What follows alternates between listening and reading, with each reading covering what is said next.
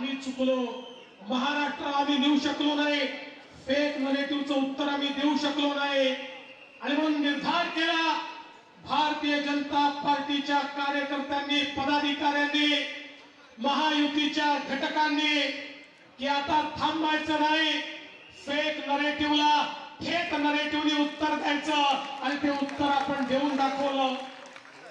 या निमित्ताने आमच्या सगळ्या राष्ट्रीय विचारांच्या ज्या संघटना आहेत, राष्ट्रवादाने ओतप्रोत ज्या संघटना आहेत, या संघटनांचे आभार मानतो की हा नरेटिव्ह डिमॉलिश करण्याकरता राष्ट्रीय विचारांनी ते देखील पुढे आले आणि या ठिकाणी अराजकतावादी जे फोर्सेस भारत जोडोच्या नावाने या महाराष्ट्रामध्ये लोकांना तोडण्याचा प्रयत्न करत होते, महाराष्ट्रात अराजकाचं बीजारोपण करत होते, त्यांच्या विरुद्ध ही लढाई सुरू झाली आणि राष्ट्रवादी फोर्सेस सगळे एकत्रित झाले आणि त्यांना दाखवून दिलं की जेव्हा राष्ट्रवादी एकत्रित येतात अराजकवादी चालू शकत नाही, विजय राष्ट्रवादाचाच होणार हे आजच्या विजयाने दाखवून दिलं। आणि म्हणून त्या सर्व राष्ट्रीय विचारांच्या ज्या संघटनांनी, ज्या राष्ट्रवादी विचाराने, ज्या आमच्या परिवारातल्या सगळ्या आमच्या संघटनांनी आम्हाला मदत केली, त्यांचे मी अतिशय मनापासून आज आभार मानतो की तुम्ही हा नरेटिव्ह डिमॉलिश करून टाकला। मी विशेष आभार मानतो आमच्या लाडक्या बहिणींचे, ज्या लाडक्या बहिणींनी या ठिकाणी मोठा आशीर्वाद दिला आणि आपल्या लाडक्या भावांना असं निवडून दिलं की असं वाटलं छप्पर फाड़ के और झाड़ू लगा के, अशा प्रकारचा विजय बहिणीने दिला। आणि त्याच वेळी महाराष्ट्रातला शेतकरी, या माझ्या शेतकऱ्याने खऱ्या अर्थानं आम्हाला जो आशीर्वाद दिला, जो पुन्हा फेक नरेटिव्ह त्या ठिकाणी तयार करण्याचा प्रयत्न चालला होता, आमच्या शेतकऱ्यांनी तो फेक नरेटिव्ह धुडकावून लावला आणि या ठिकाणी खऱ्या अर्थानं आम्हाला विजय दिला। आणि सगळ्यात महत्वाचं, या महाराष्ट्रामध्ये एक संदेश देशाच्या प्रधानमंत्र्यांनी दिला, एक है तो एक है तो एक है तो। समाजातल्या सगळ्या लोकांनी हा जो संदेश आहे तो समजून घेतला। जाती जातीमध्ये, समाजामध्ये, विभागामध्ये जर आपण या ठिकाणी वाटले गेलो तर काही लोक आपल्यावर राज्य करतात, त्यामुळे या ठिकाणी आपल्याला एकत्रित व्हावंच लागेल। हा संदेश मोदीजींनी जनाजनापर्यंत पोहोचवला आणि मोदीजींचा संदेश घेऊन सगळ्या समाजाचे लोक एकत्रित आले आणि सगळ्यांनी मिळून निर्णय घेतला, एक है तो सेफ है। आणि हे सगळे ज्यावेळेस मतपेटीकडे गेले त्यांचं त्या ठिकाणी वोट हे महायुतीकडेच गेलं, कारण त्यांना माहिती होतं महायुती है तो सेफ है, एक है तो सेफ है। मोदीजींच्या संदेशाचा कमाल हा महाराष्ट्रामध्ये आपल्याला पाहायला मिळाला।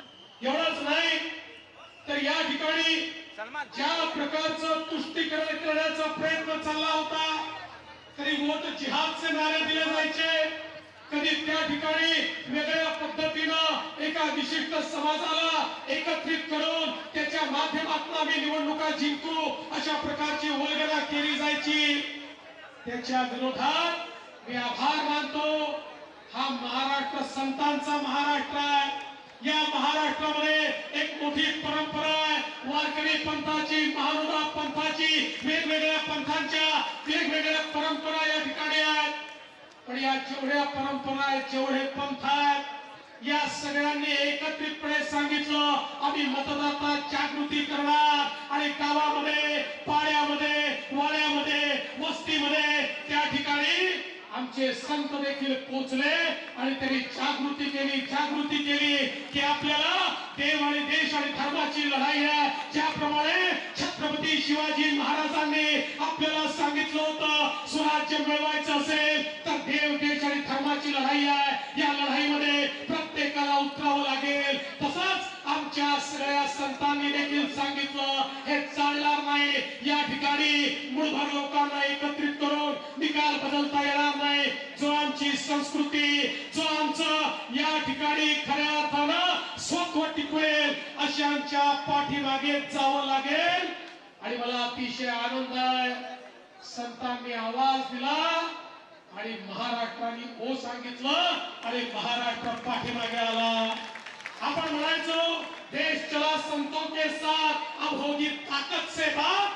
हे आज महाराष्ट्राने दाखवून दिलं आणि सर्वांना या ठिकाणी आम्ही एकत्रित केलं. विशेषतः ज्या प्रकारे आमच्या अनुसूचित जाती आणि अनुसूचित जमातीच्या समाजाला मोठ्या प्रमाणात संविधानाची भीती दाखवण्यात आली होती. संविधान बदलणार, आरक्षण जाणार, त्यांना देखील हे लक्षात आलं या देशामध्ये भारतरत्न डॉक्टर बाबासाहेब आंबेडकरांचं संविधान संपूर्ण देशात लागू करणारा कोणी एक नेता असेल तर त्याचं नाव नरेंद्र मोदी आहे.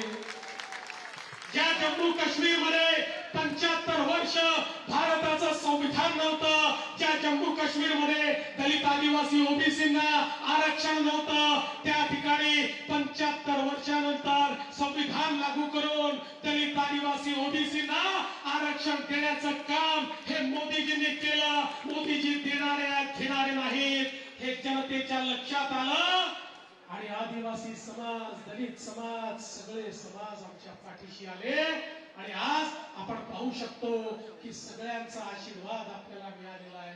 आणि म्हणून बंधू भगिनींनो, माझ्या कार्यकर्ता मित्रांनो, आजचा हा विजय हा सामूहिक प्रयत्नांचा विजय आहे.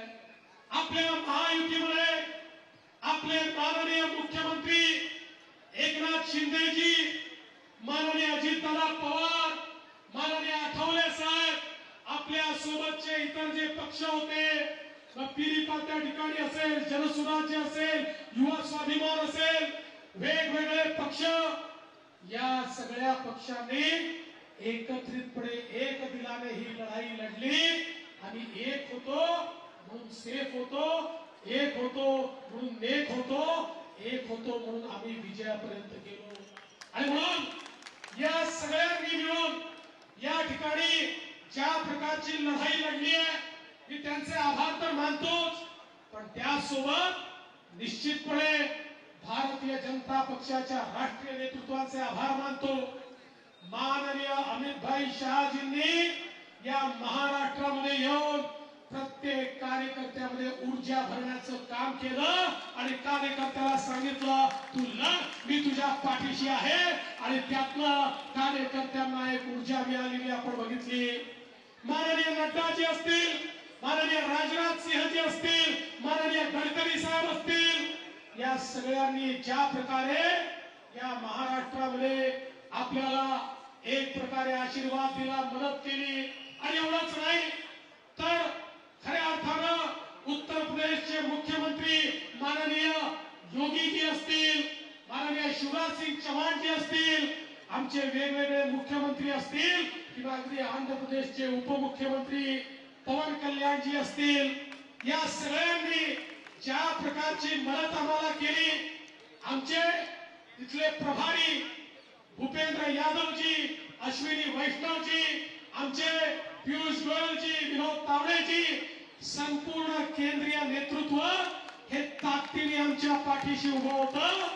आणि सगळ्यात महत्वाचं, भारतीय जनता पक्षाने संकुचित विचार केला नाही. आमचे सगळे प्रवासी कार्यकर्ते देखील केवळ भाजपच्या जागांवर काम करत नव्हते, तर आमच्या मित्र पक्षांच्या जागावरही तेवढ्याच ताकदीनं आम्ही काम केलं. कारण ती शिवसेना ही आमची आणि ती राष्ट्रवादी आमची होती आणि आमची आठवले गटही आमचा होता. त्यामुळे हे सगळं समजून त्यांच्या जागांवर भारतीय जनता पार्टी पूर्णपणे सक्रिय होती आणि म्हणून हा विजय आहे. आमचे प्रदेशाचे अध्यक्ष बावनकुळे साहेब आणि प्रदेशातली कोर कमिटी, या कोर कमिटीने सर्व निर्णय एकमताने घेतले. ही कोर कमिटी भक्कमपणे या ठिकाणी पक्षाच्या पाठीशी उभी होती आणि म्हणून खऱ्या अर्थानं हा विजय आपल्याला मिळवला. हा विजय भारतीय जनता पक्षाच्या एकजुटीचा विजय आहे, आमच्या टीमचा विजय आहे. या टीमनी केलेलं एक काम आहे, या टीमनी मिळवलेला विजय आहे. आज आमचे अनेक जे साथी आहेत ते वेगवेगळ्या मतदारसंघामध्ये आहेत. पंकजाताई पोहोचले आहेत पण बरेच लोक पोहोचू शकलेले नाहीत. त्यामुळे जे पोहोचले नाही आहेत त्यांच्याही सगळ्यांचे या ठिकाणून मी आभार मानतो. आणि लवकरच ज्यावेळी पुन्हा एकदा महायुतीचं सरकार स्थापन होईल त्यावेळी आपल्या सर्वांना या ठिकाणी यायचंच आहे. त्याचं अग्रिम निमंत्रण हे आपल्याला निश्चितपणे देतो. पुन्हा एकदा आपल्या सगळ्यांचे आभार मानतो आणि महाराष्ट्राच्या जनतेला साष्टांग दंडवत घालून माझं बोलणं संपवतो. जय हिंद, जय महाराष्ट्र. देवेंद्र जी आगे बढ़ो, देवेंद्र जी आगे बढ़ो, देवेंद्र जी आगे बढ़ो.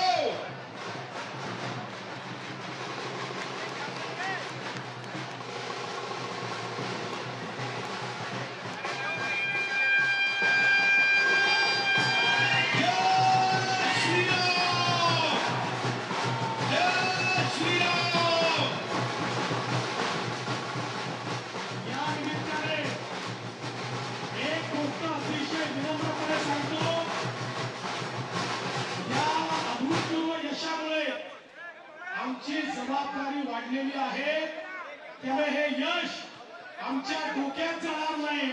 आम्ही जमिनीवर राहून हे यश स्वीकारू.